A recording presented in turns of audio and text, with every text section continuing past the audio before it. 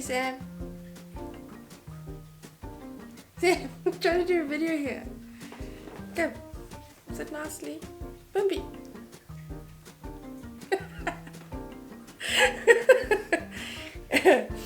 Okay.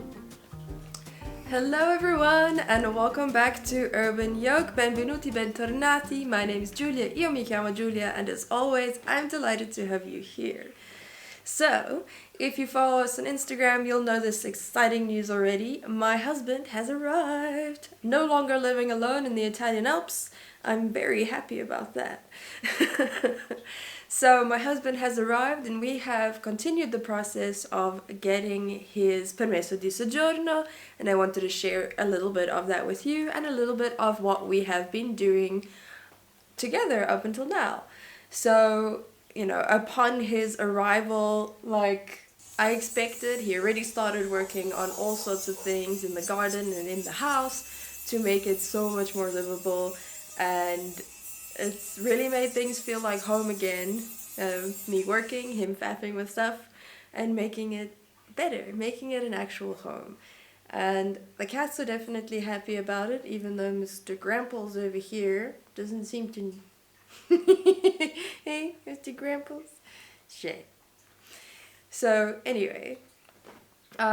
He is here. It's exciting news. I'm excited about it. You should be excited about it. Why the hell not? For those of you who are new around here, we just moved to Italy about 3 months ago, or I did, and he recently joined about 3 months ago, and we moved here from South Africa with our 6 cats, and this is a little bit about our journey and what we are doing. So, in this video, we're going to chat a little bit about... Thank you, Sam. Thank you, Sam. Hey. Hey. Such a grumpy butts. We're going to talk about the permesso di soggiorno and what kind of things we had to do. So we've been working with a law firm, which I'll leave links down in the description for you, for the law firm that we've been using. They've been very helpful in getting us the right documents at the right time and shortening the process for us. As some of you may know, bureaucracy in Italy can be a bit slow, can be a bit tedious, but if you know exactly what to do and when, you can get it done fairly quickly. And it's also one of the reasons we decided to stay in a small place, because Luna. So it's also one of the reasons we decided to stay in a small village, or just, a village, so that the processing time would be a little bit quicker. So there's not as many people who'd be going to the municipality for their residency requests and permesso and all kinds of things. So first off, a permesso di soggiorno is a permit to live and work in the country.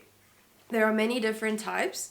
Most people come here on either a student visa or a work visa, and that's how they get their permesso di soggiorno. While for people who are coming to meet their family, so in this case, my husband is coming here to join me, so it's my spouse coming to join and live with me here in Italy. That requires a permesso di soggiorno that is called permesso di soggiorno di coniugi, and that would be then a family cohesion visa. So a family cohesion visa is very much like a family reunification visa in other European countries, where you would request for your partner to come and stay with you in that country. Here in Italy, they prefer it in a slightly different way. So the first step to this is getting a tourist visa and coming to visit your spouse here in Italy. So that's what we did for my husband. He got a 3-month tourist visa to come visit here in Italy. Upon his arrival, we then applied to the Questura. So the Questura is then the head of the police, or the headquarters of the police within the province that you are staying. And you do a request for the husband or the wife, or just your partner in general, to stay with you. An important factor is that it's not something you can do for a fiancé. Guys, no fighting. Thank you. So it's not something you can do for a fiance or a boyfriend or a girlfriend or that sort of thing. It has to be a spouse to which you are married. So an actual sense of the word spouse. Um, which is, I mean, you know, if you're together long enough, getting married is probably not a bad thing. And so in this case, my husband came on the tourist visa, we applied to the Questura, and now we are waiting for the appointment. So when you go apply, you go do this via the post office, and the post office will go through all the papers to make sure that you have the correct documents. And in this folder that you send through with your application, you only put the copies of all of the documents that you require. So for people coming from South Africa, something that you would need to do, even if you're coming from outside of Europe, let's say, it's not just South Africa. So if you're coming from America, anywhere in the Americas, this will also be true for you, where you need to have your marriage certificate certified with an apostille stamp. Apostille stamp essentially is something that verifies that this document is true and it can then be processed within the European Union. So we went ahead and did that in South Africa before we left so that I could register the marriage here in Italy. We registered the marriage and got an Italian marriage certificate to go along with then the application for the permesso di soggiorno, for the family cohesion visa permit. And that has now gone to the Questura. As I said, you do that via the post office, and then the post office will give you a form that gives you your application appointment date.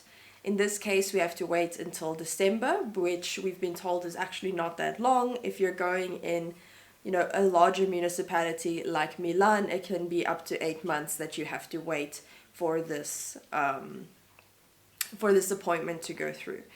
All right. So now we are at the point where we're waiting for the appointment to happen in December. And at that appointment, they're going to then check the original documents and make sure that they correspond, keep whatever they need to keep, and ask whatever questions they need to ask. Then the Questura will give my husband his permesso di soggiorno. And that permesso could be for 1 year, it could be for 2 years. In some cases, they give it up to 5 years. Because they cannot trace any of our income, in the sense that we were living in South Africa and that's where we had our income prior and paying our taxes there, and not in a European country or in a country that they have, relationships with, which makes it easier for them,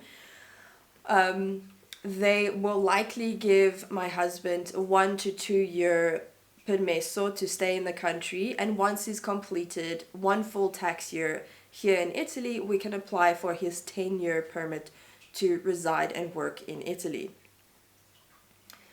Then, because we are planning on settling here and staying here, and we have been married for a year, over a year now, after another 2 to 3 years here in Italy, he will be able to apply for his citizenship, provided that he learns Italian.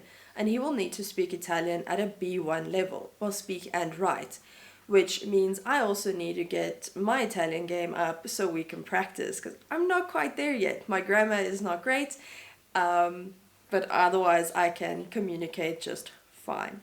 And that's the permesso di soggiorno in a nutshell. It's not very complicated, you just got to do the right things at the right time. And that's why we had the lawyer assisting us in the process, because I wasn't exactly sure on which things we needed to do and when, and he could help us understand how long it would take for me to get my residency done and how long it would take for us to get my husband's permesso. So another important thing, when you go to the post office, they will also give you an assicurata, which is an assurity that this appointment is coming up. So even if the appointment is outside of the 3-month tourist visa, which in this case it actually is about 2 weeks, a little over 2 weeks over the time of when the tourist visa ends, it gives him permission to stay in the country until he's gotten his permesso from the Questura. So that is that. And yeah, I can't think of anything else right now, but if you do have questions on this, please do ask me down in the comments. I'll be happy to answer. And if you want to know about any other visas, go ahead and ask that as well. I'll answer where I can. But again, I will leave a link to the law firm that we're using, and their website has an abundance of information when it comes to wanting to immigrate to Italy. And I would definitely suggest using a law firm in terms of immigration, especially in a country like Italy, where each municipality, so that would be the comune, I believe in America you would call it city hall. It's a very similar thing. Each one has slightly different rules and expectations for what you need to earn and all of those things. Yeah, so obviously we got all of that done as soon as possible, and now that we're in the waiting phase, we got to just enjoying some time. Today we took a walk down to the Alimentari, which is like a convenience store that is also a bit of a baker, and they have cold meats and a few odds and ends that you would need. So it's a nice little convenience store, kind of like a bottega sort of idea. And what's lovely about walking there, it's in the village nearby, is that we go through the old medieval city center, and we get to walk through where there was the convent. We get to see things that you typically wouldn't see on an everyday basis. Cats just want to be a part of this video, it seems.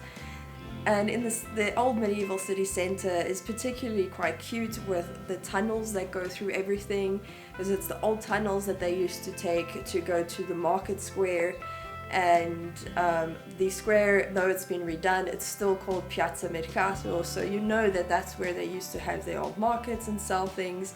And we recently learned that in this village, the convent had a workshop where they used to make like socks and stockings and other kinds of sort of undergarments, and all of the original equipment is still inside the building, so it's been closed up to prevent any looting or damage. And obviously for animals, you know, going in there and just living, because it is a cold area, so, you know, you gotta make sure things are sealed so you don't have all random animals moving in. And what else have we done? We've been like working in the kitchen again together and cooking, things like making pasta sauce, going up into the forest. We recently did a walk in the forest. I'll put some pictures up for you, and found a whole variety of mushrooms, and for the very first time for both of us, we foraged parasol mushrooms and ate them. It was amazing. I've never foraged anything. I don't believe that my husband's ever foraged anything, and it was an amazing experience for us. Growing up in South Africa, and from what I understand in many other countries, you just don't learn about mushrooms, and you don't learn about foraging and what's edible and what's not edible. You're just told don't eat it. You know, it's probably poisonous, don't eat it, nobody knows what it is. And that's true for a lot of things in South Africa, and I mean Australia, let's be honest.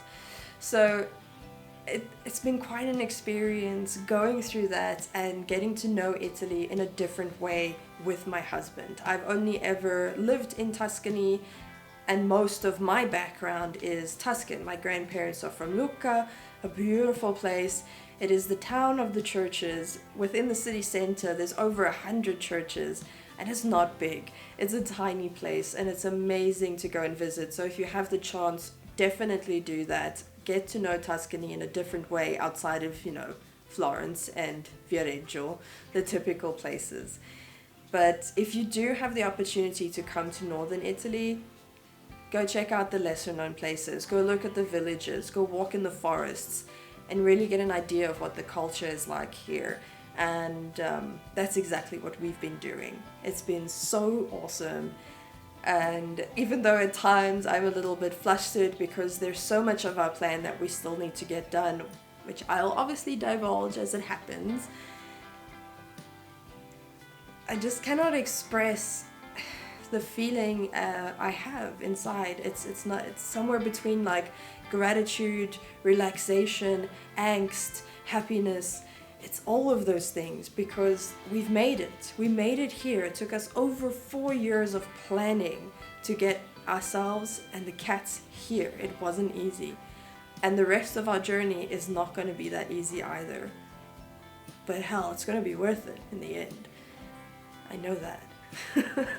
So that's the update that I have for you guys today, and keep your eyes peeled for more videos. I still owe you a garden walkthrough, which I will do, and I will also be talking about, you know, traveling and all of this as a person with a chronic illness. As some of you may know, that is part of the reason why we moved here, is so I could find better care.